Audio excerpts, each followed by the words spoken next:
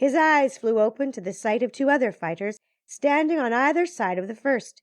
Two Caucasian males almost appeared as twins, with bulging muscles, shaved heads, and dark, beady eyes. Even their attire appeared similar: dark shirts, black cargo pants, and combat boots. The only thing setting them apart was a small circular tattoo underneath the eye of the one to his right. Clenching and unclenching his fists, Sinclair quelled the urge to release a growl of frustration. Crystal blue eyes squinted at the three men staring at him with murderous intent. After he finished with these three, he'd be done with his father for good. Tattoo Man pulled a pocket knife from the belt of his jeans. Tossing it into the air, he caught it by the hilt. Not a fair fight, then. Adrenaline threatened to send his heart racing. He willed his body to calm, allowing instinct to take over. Energy flowed through him, his mind sharpening. "Rules?" Sinclair demanded.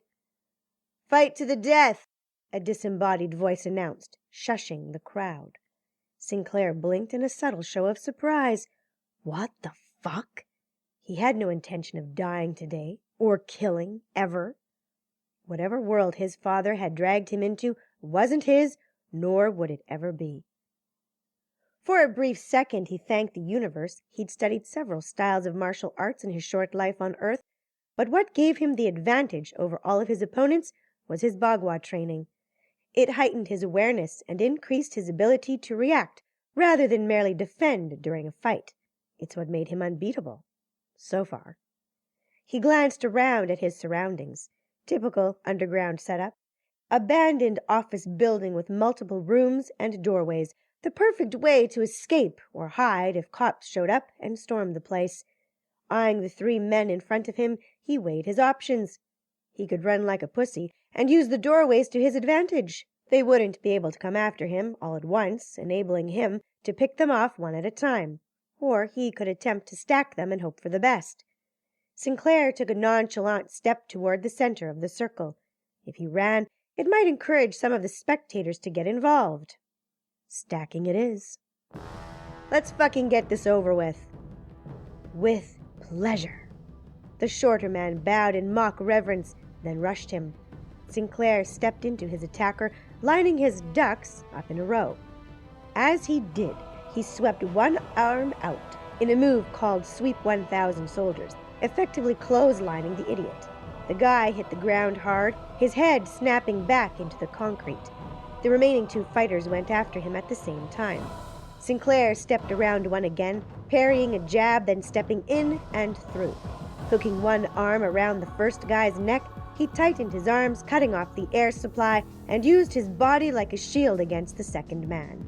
Within 5 seconds, the fighter stopped struggling, and Sinclair flung his deadweight body at the remaining opponent. "Fuck!" the guy growled, pushing his buddy's body out of the way.